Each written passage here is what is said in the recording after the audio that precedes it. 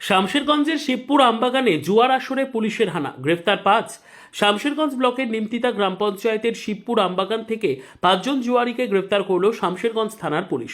বৃহস্পতিবার বিকেলে এক বিশেষ অভিযানে তাদের গ্রেফতার করা হয়। জুয়ার আসর থেকে 1750 টাকা নগদ উদ্ধার করে পুলিশ।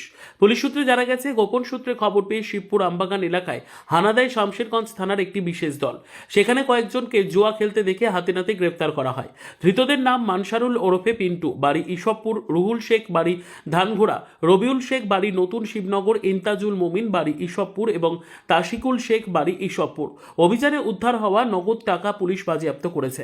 শামশেরগঞ্জ থানার আইসি সুব্রত ঘোষের নেতৃত্বে শামশেরগঞ্জের বিভিন্ন প্রান্তে ছোট থেকে বড় সব ধরনের জুয়া ও অসামাজিক কর্মকাণ্ডের বিরুদ্ধে অভিযান চালানো হচ্ছে।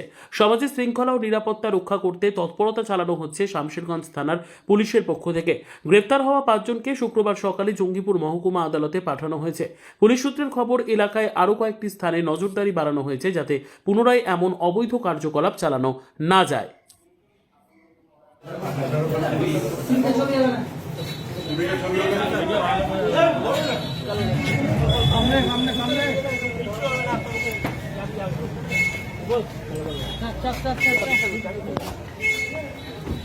আরে দুই দিকে বসছিস কি জানে রে?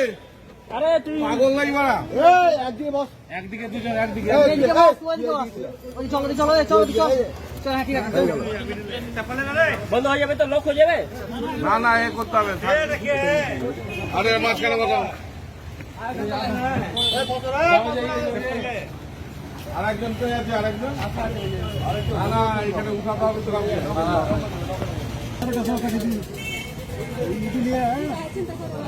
যাবে আসবে দাদা, একটু